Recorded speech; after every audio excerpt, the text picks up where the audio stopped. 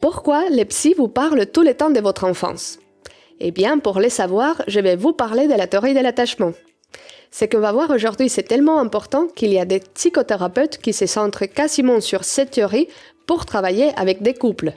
Et c'est le seul concept que moi, je choisirais de garder en tête si on devait m'effacer de mon cerveau mes 5 années d'études en psychologie.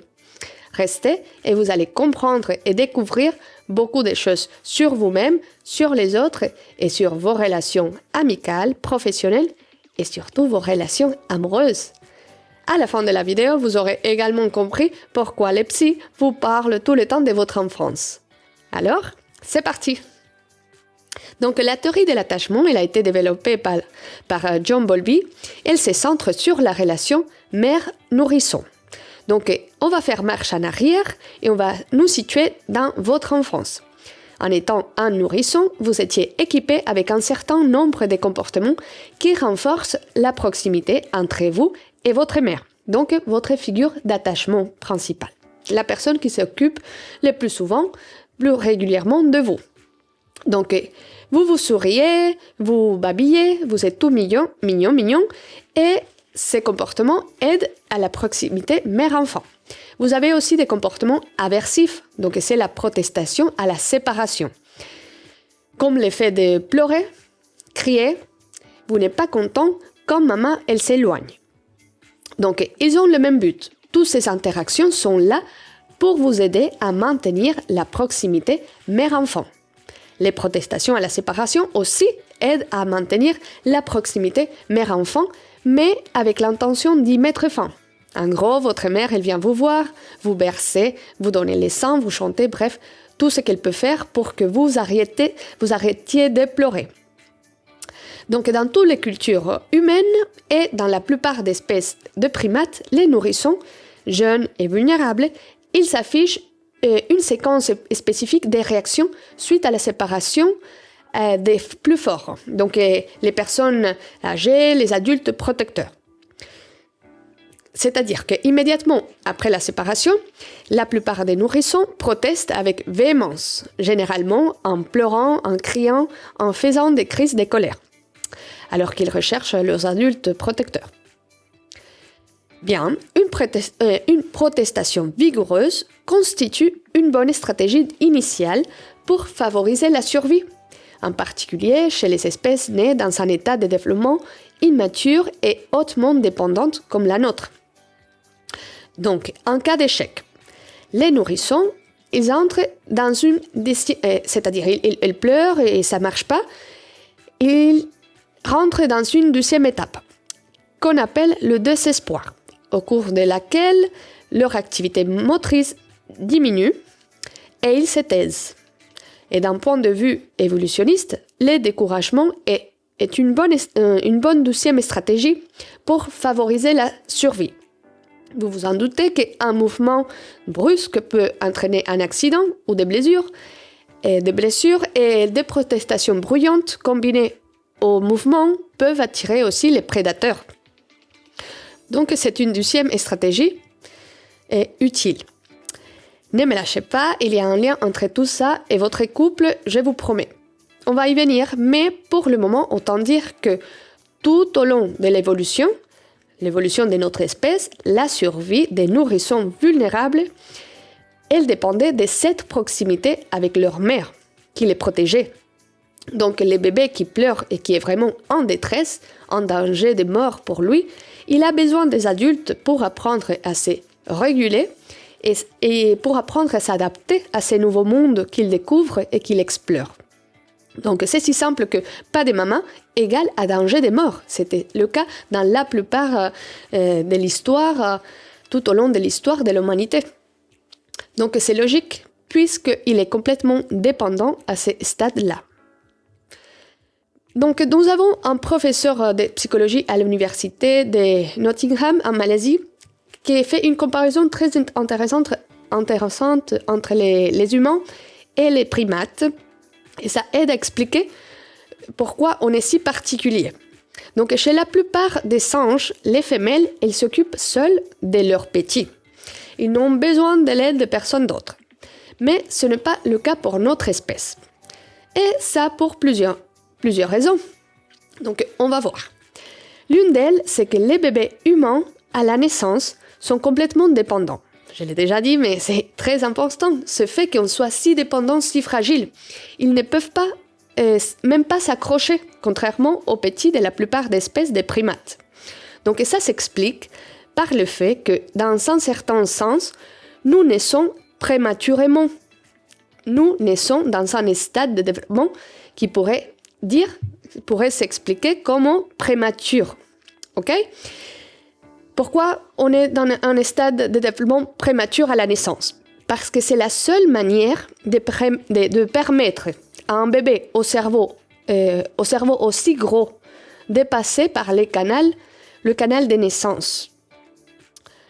C'est un compromis, on va le détailler plus tard, tout à l'heure, mais c'est un compromis qu'on a fait tout au long de l'évolution. La nature, il a favorisé un cerveau gros, mais en même temps, il a favorisé aussi un bébé à chaque fois plus petit et moins développé, même dans un stade de développement prématuré. Pour vous donner une idée de comparaison, donc si les bébés humains ils naissaient au même stade de développement que les autres primates, alors la grossesse, elle durerait environ 2 ans. 2 ans de grossesse. Et pour l'avoir vécu 3 fois, je me dis, 9 mois, c'est long. Imaginez 9 mois. Imaginez 12 ans. Donc, heureusement, ce n'est pas le cas pour notre espèce, mais le prix à payer ou la contrepartie, c'est que nous avons des petits bébés très fragiles, très vulnérables et prématurés, à un stade de développement, prématuré. Donc, ça, c'est le premier point. Le deuxième, je le répète, le premier point, pour que ça soit clair, c'est que les bébés humains sont complètement dépendants à la naissance.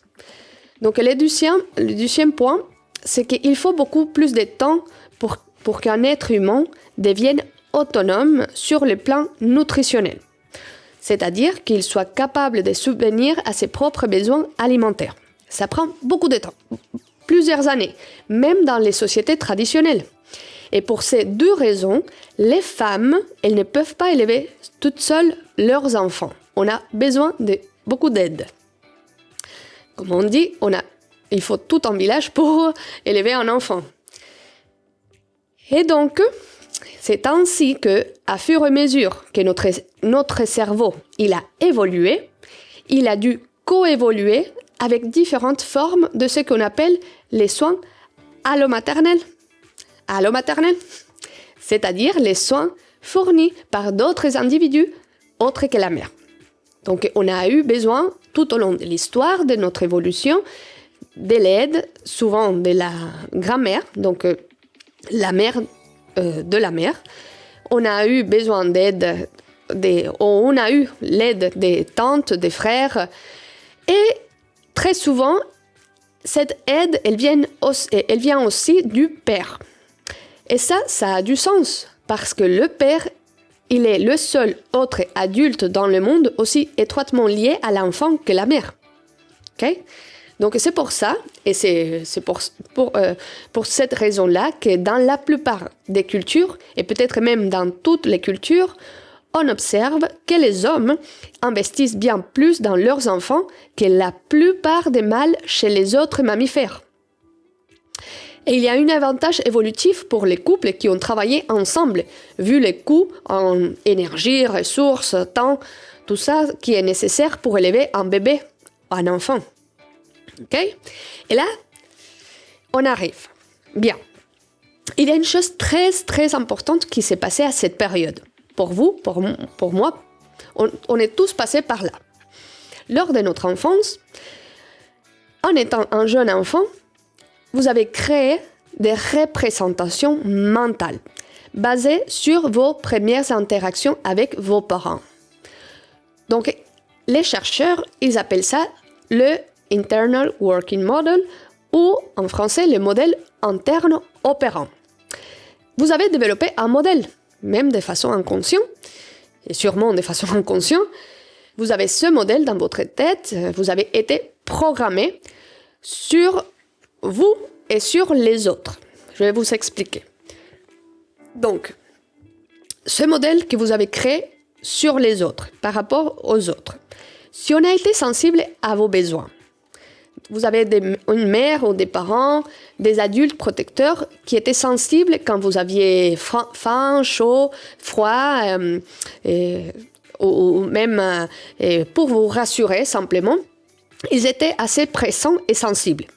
Donc, dans ce cas-là, vous avez intégré que les autres, ils sont fiables, que les autres, ils sont disponibles pour vous et vous vous sentez en sécurité. OK? Vous avez des attentes positives envers les autres, en gros. Alors, votre modèle, ce modèle que vous avez créé par rapport à vous-même, il dépend aussi des interactions que vous avez eues lors de votre petite enfance. Vous allez vous considérer également comme quelqu'un digne de l'amour et de l'attention des autres si quelqu'un a été sensible à vos besoins. Vous voyez? Une estime de soi authentique, elle dépend de cette période critique du développement.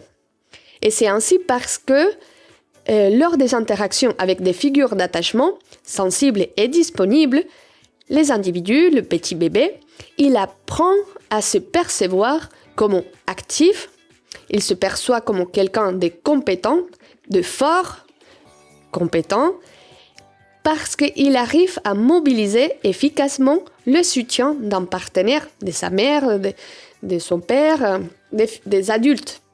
Il arrive à surmonter les menaces qui activent les comportements d'attachement. S'il a peur, il pleure et il a une réponse. On est sensible à ses besoins. Plus simplement, je vais vous dire, quand un enfant grandit avec des adultes pressants, attentifs et aimants, quand il en a besoin, il développe naturellement un sentiment solide de sa propre valeur. Il apprend qu'il est important, qu'il compte vraiment. Donc c'est ça ce que le psychologue Carl Rogers appelait le vrai soi. Le vrai soi, c'est une image positive de soi qui naît du fait d'avoir été aimé et accepté sans condition. Donc je répète, une image positive de soi qui naît du fait d'avoir été aimé et accepté sans condition. Donc on a vu à quel point c'est vital pour nous cette attention. On parle de l'ordre de la survie. Donc on a besoin de cette attention dans les premières années de vie. Et le psychologue canadien Jordan Peterson l'explique très bien parce qu'il dit que l'une des choses que les enfants font en permanence, c'est de vous tester pour voir si vous êtes attentif à eux. Et ils modifient leur comportement de toutes les façons possibles pour obtenir de l'attention. Donc pourquoi? Parce que pour eux, pour ces petits enfants, il n'y a aucune différence entre l'attention et l'amour. Je le répète, il n'y a aucune différence entre l'attention et l'amour. Donc j'espère que vous me suivez jusqu'à là. Et dans ce cas-là, si vous avez reçu de l'attention, qu'on a été sensible à vos besoins à partir de ces interactions répétées, parce que ça, il faut le dire aussi, c'est pas parce que vous avez pleuré une journée longtemps que votre mère elle était malade ce jour-là, tout est raté. Non, c'est pas comme ça. C'est à partir des interactions répétées que vous avez développé un type d'attachement que dans le cas où on a été sensible à vos besoins, on va appeler un attachement sécure. OK? Alors, dans le cas, qu'est-ce qui se passe dans le cas contraire? C'est-à-dire, si on n'a pas été sensible à vos besoins, si vous avez été négligé, si on vous a laissé pleurer sans jamais répondre à votre demande ou de façon inconsistante, alors vous auriez construit une représentation mentale des autres comme peu fiable, indisponible, et vous ne vous sentez pas en sécurité. Pour votre modèle opérant sur vous-même, vous aurez assumé que vous n'étiez pas digne de l'amour et de l'attention des autres. Donc, vous allez développer des mécanismes de défense pour vous protéger. Donc, vous allez intégrer que vous devez vous débrouiller tout seul, que vous devez faire énormément d'efforts pour gagner cet amour et cette attention. Et rappelez-vous que l'enjeu de l'attachement, pour un jeune enfant vulnérable, il est vital. Et il existe cette phrase très forte qui dit que lorsque l'on maltraite, abandonne ou néglige un enfant, celui-ci n'arrête pas d'aimer son parent. Il arrête de s'aimer lui-même. Il n'arrête pas d'aimer son parent parce que la survie dépend de ce lien d'attachement. Il est complètement dépendant de cette relation à l'adulte. Donc, en revanche, il arrête de s'aimer lui-même. Et il s'agit ainsi des enfants qui construisent un mode d'attachement insécure. Quand on a un attachement insécure, ce qu'on observe chez ces enfants, c'est qu'ils vont développer des stratégies d'attachement secondaires. Okay? C'est-à-dire, ce sont des mécanismes de défense pour se protéger contre la douleur du rejet ou de l'abandon. Ils vont avoir des stratégies soit de désactivation, soit de hyperactivation. Dans le cas des stratégies de désactivation, il découle des expériences antérieures avec des soignants, des figures d'attachement émotionnellement froids, distants, rejetants ou hostiles, qui répondaient aux appels de l'enfant par le retrait, la désapprobation ou même de la colère. Donc l'enfant, il apprend alors à inhiber, à supprimer ou désactiver les comportements d'attachement. Ces comportements qu'on a vus au début, les appels, il va minimiser ses besoins. Et ce type de comportement, dans les stratégies de désactivation, on va avoir ce que Bowlby a appelé la compulsive self-reliance, donc une dépendance compulsive à soi-même. Le fait de se dire que je compte sur personne d'autre que moi. Je me débrouille tout seul. Et c'est pour ça que je représentais un petit peu l'enfant qui est un peu caché dans son château, tout en haut de la montagne, avec une barrière, une muraille pour les autres, pour maintenir cette distance avec les autres. Ok, donc les stratégies de désactivation, toujours, elles entraînent une minimisation ou un déni des menaces potentielles. Une suppression des inquiétudes, des besoins, des vulnérabilités, une négation du besoin de la présence ou du soutien de la figure d'attachement. Plus simple, vous l'avez déjà peut-être constaté, c'est des petits enfants, des garçons, petites filles que vous voyez par exemple à l'école, qui sont très calmes, très autonomes, qu'ils ne se rendent même pas compte quand maman elle part. Voilà. Et en surface, c'est des petits enfants qui ont l'air d'aller très bien et très en contrôle, mais on sait qu'en fait, c'est des petits garçons, des petites filles qui ont beaucoup de stress et de détresse qu'ils sont en train de gérer à l'intérieur. Mais ils ont créé tous ces mécanismes de défense. Donc ça pousse la personne, le petit enfant, à ignorer ces figures d'attachement, à rejeter leurs offres d'aide et à réduire l'expression d'affection et de communication émotionnelle intime. Donc pour eux, le besoin principal, c'est le maintien de leur autonomie. Parce que c'est ça ce qu'ils ont compris et appris à travers ces expériences. C'est moi, je gère, je me débrouille tout seul. Parce que les autres, ils ne sont pas fiables. Okay? C'est ça ce qu'on m'a montré, c'est ça que j'ai appris, et c'est le mécanisme de défense que j'ai développé.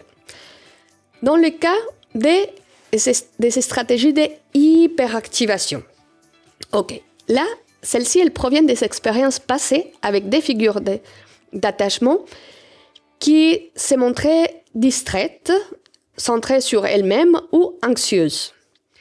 Donc l'enfant, il percevait ces figures d'attachement comme plus réactifs uniquement si ces appels à l'aide, donc quand il pleurait, il criait, il s'accrochait, elle ou lui cherchait le contact de façon intense, au point de provoquer une réponse.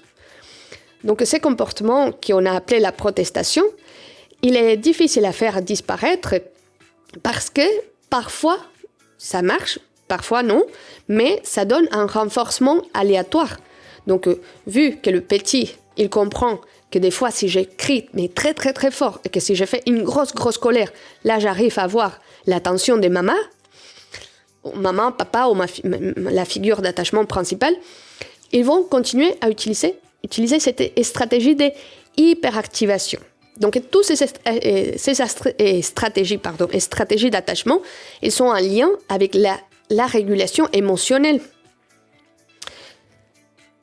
C'est ce petit enfant qui donne beaucoup pour demander de recevoir. Alors, comprenez que le processus évolutif, au fil du temps, il a préparé les nourrissons à s'attendre à des réponses parentales appropriées et bienveillantes. Un petit enfant, il naît avec ces signaux d'attachement qui, comme j'ai expliqué au début, ont le but de maintenir cette proximité avec les adultes protecteurs, la figure d'attachement. Donc, il s'attend quand il pleure, qu'il a mal, qu'il n'est pas rassuré, à avoir une réponse appropriée et bienveillante. Donc, quand les parents, ils ignorent ou interprètent délibérément de manière erronée ces signaux émotionnels, ça ne rend pas la communication dénuée de sens. C'est pas ça ce qui se passe. On pourrait dire, il pleure et personne vient le voir, il n'y a pas de communication, il n'y a rien qui se passe, il n'y a pas du sens dans la communication. Non, ok ? Je vais être très claire. Parce qu'on est avec cette attente d'avoir des réponses bienveillantes, quand il n'y en a pas, il y a quand même la communication, parce qu'on ne peut pas ne pas communiquer. Qu'est-ce qui se passe alors ? C'est qu'on transmet plutôt le message du rejet. Je pleure, on ne vient pas me câliner, me rassurer, me nourrir, etc., etc. Donc, si c'est rejet, il est constant, tout le temps. Dans ces cas-là, le bébé, il est susceptible d'avoir un modèle de soi-même comme on le décrit verbalement, tel que mon besoin ou moi-même ne compte pas. Et ainsi, on va avoir tous ces modèles, toutes ces formulations verbales sur vous-même et sur les autres. Donc sur vous-même, c'est mon besoin ne compte pas, je ne suis pas suffisante ni digne de l'amour des autres. Et par rapport aux autres, vous aurez intégré, vous aurez compris qu'on me rejette, on m'abandonne et les autres sont peu fiables. Et dans les cas plus extrêmes, plus graves des maltraitances, on peut même intégrer que les autres sont dangereux. Donc, dans l'attachement insécure, on va avoir ainsi des modèles opérants, ces modèles que vous avez intégrés dans votre tête. Vous avez ces modèles sur vous-même et sur les autres. Et ces modèles mentaux vont ensuite être généralisés. Ils vont nous suivre au long de notre développement, jusqu'à l'âge adulte. Jusqu'à l'âge adulte, vous avez intégré ces messages de rejet. Ça ne veut pas dire non plus que c'est figé et immuable pour toujours. Nos expériences, elles peuvent venir ajuster, modifier ces modèles qu'on a construits. Mais retenez que dans tous les cas, ces styles d'attachement influencent la manière dont les individus interagissent dans leurs relations tout au long de leur vie, avec leurs copines, copains, avec leurs professeurs, les adultes autour d'eux. Et surtout, principalement, ça va avoir une place principale, importante, dans le cadre de vos relations amoureuses. Voilà. Donc là, on arrive. Ça devient intéressant parce qu'on va mettre tout ensemble. Tout ce qu'on a dit, quel est le lien avec ce qui se passe, quel rapport avec votre couple? C'est ça, la question. Qu'est-ce qui se passe par rapport à votre couple? Eh bien, ces modèles, que je répète, vous l'avez construit lors de votre petite enfance, lors des interactions avec des figures d'attachement, et ce modèle, il va guider vos attentes sur les autres. Ça guide vos comportements avec les autres. Et ça guide même la sélection de vos partenaires. Pour comprendre comment tout ça se manifeste dans la vraie vie, je vais vous parler d'un cas, l'histoire de Martine, ok? Et ça va prendre, vous allez voir comment ça va prendre du sens. Ça va s'intégrer tout. La théorie avec la pratique.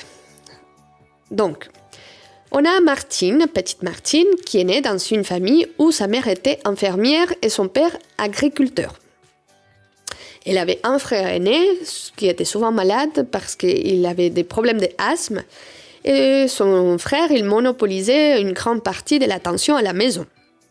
Donc, dès très tôt, Martine, elle est confiée à une crèche où il y avait qu'un adulte pour 5 enfants. Donc, avec si peu de personnel, elle est souvent laissée à pleurer longtemps. Et les absences fréquentes des intervenants, ça rend presque impossible la création d'un repère stable. Ça empêche un véritable lien d'attachement pour la petite Martine. En grandissant, Martine, elle développe des sentiments ambivalents envers sa mère. Okay? Elle trouve que sa mère, des fois, elle est très chaleureuse, très tendre, mais elle peut aussi être très froide et distante. Donc, Martine, elle est ambivalente par rapport à sa mère, mais quelque part, elle comprend aussi que c'est une femme qui souffre beaucoup à cause des infidélités et les tromperies de son mari, donc le père de Martine. Elle grandit encore, Martine, elle devient une jeune femme de 22 ans et petit à petit, toutes ces expériences forgent ce qu'on appelle le modèle opérant de Martine. Elle internalise alors des croyances comme « les autres ne sont pas là quand j'en ai besoin ». Elle internalise qu'il faut faire beaucoup de choses, donner beaucoup d'elle pour qu'on ne l'abandonne pas. Elle a internalisé aussi qu'elle n'est pas suffisante ni digne de l'amour des autres. De façon inconsciente, Martine est là son modèle opérant à l'intérieur de sa tête. À l'âge de 22 ans, donc, elle rencontre un charmant garçon de 26 ans qui s'appelle Xavier. Évidemment, Xavier aussi, il a son propre modèle qu'il a construit dans son enfance. Chez lui, les croyances sont différentes. Pour lui, c'est plutôt le couple demander de l'aide est un signe de faiblesse. On ne peut compter que sur soi-même et le couple est une prison. Ok? Ce modèle, il a créé suite après les expériences avec ses parents. Il vient d'une famille où sa mère était mère au foyer, son père il était ingénieur, et c'est des parents qui étaient en conflit permanent, avec des disputes fréquentes. D'où cette idée aussi que le couple c'est vraiment agaçant, c'est vraiment une prison. Et là, c'est là que leur danse commence. On va voir la danse entre Martine et Xavier. Au début, Martine, c'est la folie d'amour, elle envoie beaucoup de messages, elle donne énormément d'elle. Elle cherche sans cesse à faire plaisir et elle s'adapte.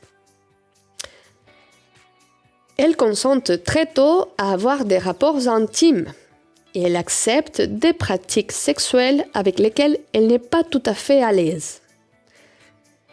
À Noël, lors des fêtes, elle fait les trajets en voiture pour passer les fêtes avec Xavier et la famille de Xavier, alors qu'elle devrait plutôt réviser pour ses examens.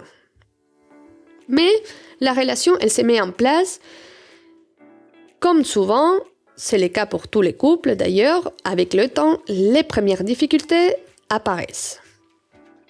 Donc on va voir ici un échange typique de leur dispute. Martine qui dit « Ça fait des heures que je t'ai écrit et tu as même pas pris 2 secondes pour répondre. Franchement, c'est abusé. Tu pourrais au moins prévenir. » Et Xavier, il répond alors « Ça va, arrête de me prendre la tête pour ça. Je me suis juste endormi. J'ai eu trop de taf, pas besoin de faire tout un drame. » Et qu'est-ce qu'on regarde là, en fait? Ce qu'on remarque, c'est qu'ils sont en train de jouer, sans même s'en rendre compte, ils rejouent chacun leur programme d'enfance et ils confirment leurs croyances profondes. Martine, elle joue son programme, elle confirme que les autres ne sont pas là quand elle en a besoin. Pour Xavier, cette expérience confirme que le couple est une prison, qu'on me prenne la tête quand je me suis juste endormie, voilà, comme quoi c'est agaçant, le couple est une prison. Et voilà, Martine, elle cherche cette attention, cet amour, et ce n'est pas dans le cas de Xavier, on ne peut pas dire qu'il n'a pas besoin de cet amour. Comme tout le monde, lui aussi, il a besoin et envie de connexion. Mais cette défense, cette armure, l'empêche aussi de le recevoir.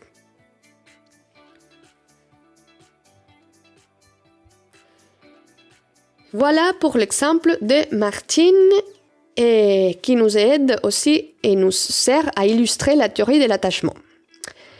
Donc les chercheurs, ils ont étudié les différents types d'attachement et ils ont classifié en 4 types d'attachement. Donc 1 qui est sécure et 3 qu'on va avoir comme attachement insécure. Ok? Pour l'attachement sécure, on ne va pas aller loin, on l'a appelé sécure. Le premier type d'attachement insécure, on l'a appelé anxieux ambivalent. On a ensuite le deuxième type d'attachement insécure qu'on appelle les évitants. Et un troisième type d'attachement insécure qu'on appelle désorganisé. Et si vous l'avez deviné, Martine et Xavier sont en train de jouer chacun leur type d'attachement. Pour Martine, c'est du type anxieux ambivalent. Pour Xavier, c'est plutôt évitant. Ça, c'est l'un des cas les plus répandus. Une femme anxieuse ambivalente avec un homme évitant. Ça ne veut pas dire que on peut trouver pareil des femmes avec un type d'attachement évitant. On peut trouver des hommes aussi anxieux ambivalents. Mais vu que ce couple il est assez répandu, on va l'analyser ensemble à l'aide de la théorie. D'abord, on va voir qu'est-ce qu'on trouve par rapport au choix de votre partenaire. On sait que les gens, quand ils choisissent leur partenaire, ils ont tendance à confirmer ce qu'ils attendent d'une relation. C'est ça ce qui montrent les études sur l'attachement amoureux. Les personnes avec un attachement sécure vont se mettre avec des partenaires tout aussi fiables et attentifs. C'est simplement la tendance des individus à former des relations amoureuses avec des partenaires ayant un style d'attachement similaire à leur. Insécure et spontanément se dirigent vers une autre personne aussi avec un attachement insécure. Ok?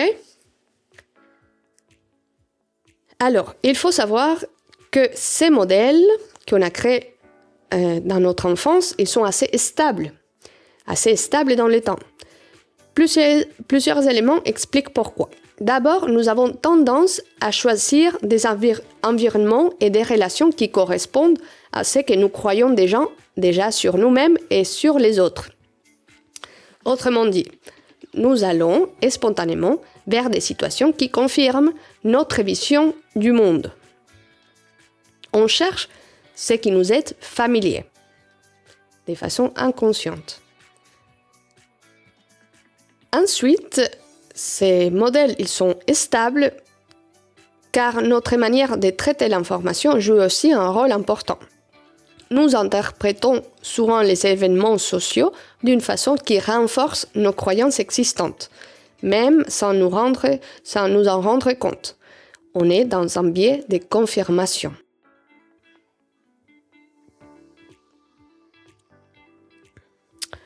Pour ces deux types d'attachements, insécure évitant et anxieux ambivalent, on va avoir des objectifs et des besoins opposés mais complémentaires. Donc un attachement évitant, quel est son besoin principal? On l'a déjà dit, c'est la recherche d'autonomie. S'il a besoin de maintenir cette autonomie, il va aussi limiter l'intimité.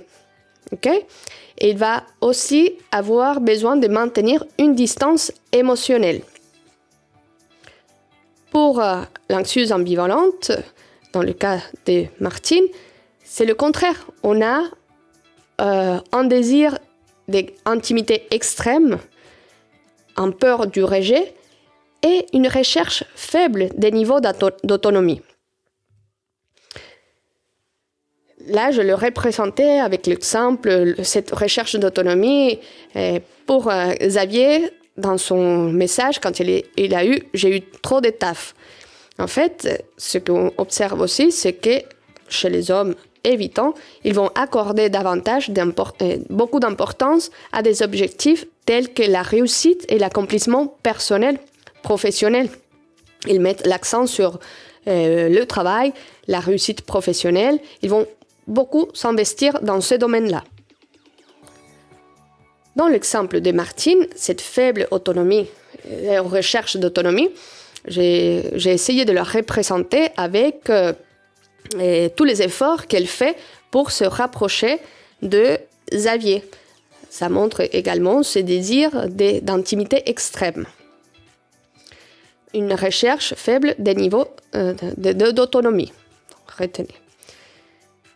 Il y a aussi une chose importante, chez Martine ou chez des femmes avec un type d'attachement anxieux ambivalent, c'est qu'on a observé également que ce type d'attachement il est associé à des difficultés perçues dans la négociation des relations sexuelles, ainsi qu'à des indicateurs de pratiques sexuelles à risque.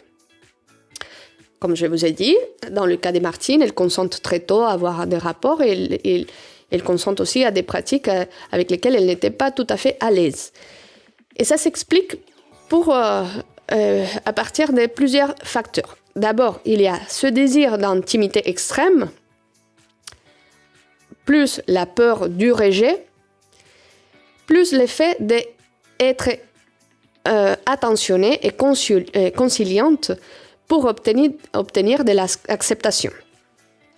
Donc tous ces facteurs-là, vous voyez, c'est le mélange parfait pour créer cette difficulté dans la négociation des rapports et des relations sexuelles. Quant au plan et stratégie, c'est ces stratégies liées à la régulation émotionnelle. Donc, ce qu'on a vu tout à l'heure avec l'hyperactivation et la désactivation. Donc, pour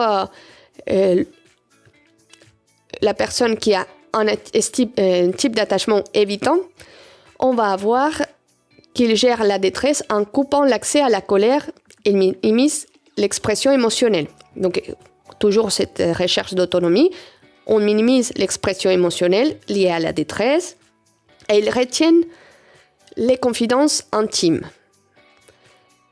Pour les anxieux ambivalents, on va avoir l'opposé. Donc, ils manifestent de façon amplifiée la détresse et la colère dans les émotions et ils adoptent des comportements très attentifs et complaisants afin d'obtenir de l'acceptation des autres dans cette recherche d'intimité presque fusionnelle. C'est le cas de tous les messages vraiment qui débordent et par rapport à Martine, la quantité exorbitante des messages qu'il va envoyer à Xavier. Donc vous le voyez, c'est des besoins qui sont opposés mais complémentaires. Il y a une chercheuse, une femme qui s'appelle Jessica Baum et qui a écrit un livre très intéressant justement du fait d'elle-même avoir un type d'attachement anxieux ambivalente. Et elle raconte sur Internet, sur YouTube, vous pouvez le retrouver, elle dit que les personnes anxieuses sont attirées par ce qui leur manque, c'est-à-dire la stabilité et l'indépendance. Elles ont tendance à être un peu plus dépendantes en raison de leur système nerveux. Et ce qui leur fait défaut, c'est la co-régulation et l'autorégulation. Ils ont du mal à gérer la détresse toute seule. Donc, ils ont besoin toujours d'aller chercher l'autre pour se réguler émotionnellement. Donc, elles sont attirées par des hommes très stoïques, indépendants et peut-être alpha. Donc ces hommes, ils semblent calmes à l'extérieur, mais s'ils sont dans l'intérieur, ils ont un type d'attachement évitant, ils ne le sont pas réellement. Ils ont en fait beaucoup d'anxiété à l'intérieur, simplement ils ne l'expriment pas.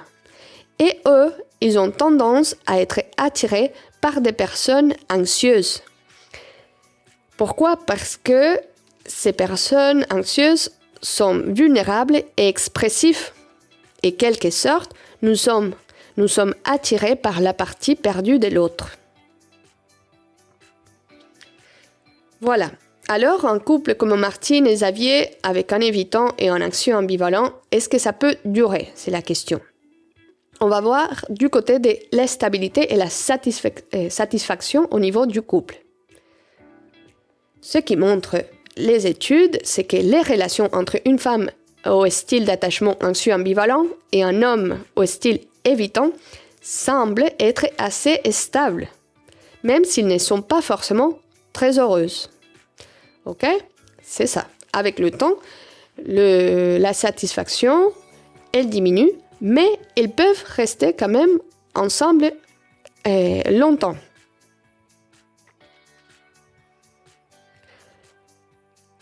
Ce qui se passe dans ces couples, c'est qu'ils sont constamment en train de confirmer les croyances de leur partenaire.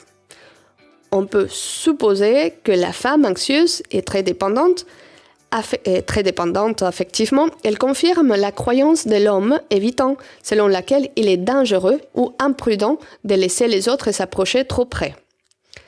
De son côté, l'homme évitant confirme chez la femme anxieuse l'idée que les autres ils sont distants et peu soutenants.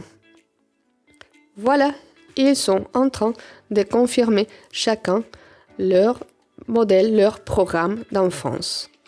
Elle demande beaucoup d'attention, ce qui stresse la personne avec le type d'attachement évitant. Ça l'éloigne, et plus ça l'éloigne, plus elle recherche. Et ils sont toujours dans cette danse où il y a un qui s'éloigne et une autre qui s'agrippe, qui cherche dans cette recherche d'intimité et d'intimité fusionnelle. Donc, en résumé, se montre que la théorie de l'attachement, c'est que nos premières expériences avec nos figures d'attachement, souvent nos parents, elles façonnent durablement nos croyances sur nous-mêmes et sur les autres. Donc, ces modèles internes, ils ne disparaissent pas à l'âge adulte. Ils influencent la manière dont nous choisissons nos partenaires.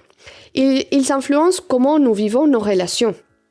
Et ils influencent même comment nous gérons nos émotions au quotidien. C'est pour ça que les psys vous parlent tout le temps de votre enfance. Ce n'est pas pour ressasser le passé, mais parce que ces expériences forment la base de tout ce qui se joue dans vos relations amicales, professionnelles et surtout amoureuses.